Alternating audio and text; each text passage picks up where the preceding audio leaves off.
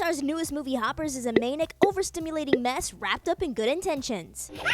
If you were expecting a classic Pixar movie about nature and conservation, well, think again. This movie is a chaotic blur of memes, kill all humans rhetoric, and a protagonist so problematic she should be in jail.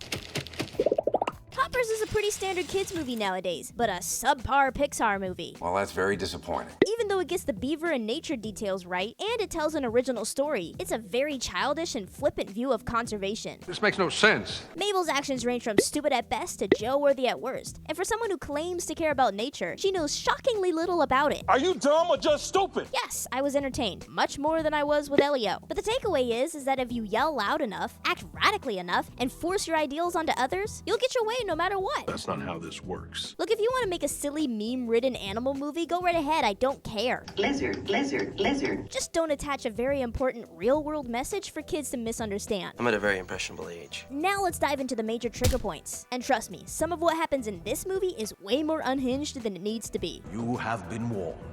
This movie is billed as a PG sci-fi comedy, which suggests it's best suited for ages 8 and up. But is it really? I mean, this film leans into some pretty uncomfortable moments, like a caterpillar pupating on screen. That's so weird. There's also a creepy robot version of the mayor that at one point drops down on all fours and skitters away like a spider. And the violence in this movie is where things really ramp up. The insect queen is killed by Mabel and then smeared on a wall, and we just kind of like brush past that like it wasn't a thinking and feeling animal in this movie. My death meant nothing. There's an attempted shark attack, a car crash, humans get kidnapped and tied up in a lab, and then the insect king tries to wipe out the entire human population. Then the movie ends with a massive forest fire that destroys a large part of the woods. What have you done? On top of that, the main character dabbles in a lot of illegal behavior: trespassing, harassment, theft, enticing animals to attack humans, and messing with the environment that causes serious consequences.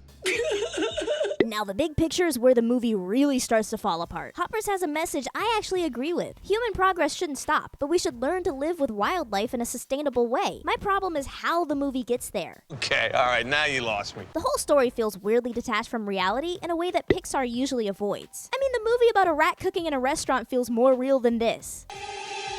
The film constantly dumbs down its own message and beats the audience over the head with it instead of treating it like a complicated issue. This into this. This into this. The tone is also incredibly chaotic, packed with exaggerated moments that make the movie feel more like a joke than a thoughtful story.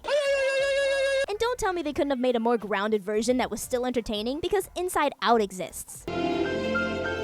The main character, Mabel, lets me down majorly. She's supposed to care about the environment, but she approaches everything in the worst possible way, screaming at the mayor, ignoring laws, acting purely out of emotion instead of actually learning about the ecosystem she wants to protect. I mean, if she truly wanted change, she'd gather information, understand the legal process, and advocate for the land properly. Let's put in the work. Instead, her reckless actions cause massive problems, including a forest fire that destroys the very environment she's trying to save. I must tell you to your face that you concern me. The movie also has a lot of strange logic issues and continuity errors. The biggest one being the fact that these scientists can create a perfect human replica robot of the mayor in a single day, despite only ever making animal robots.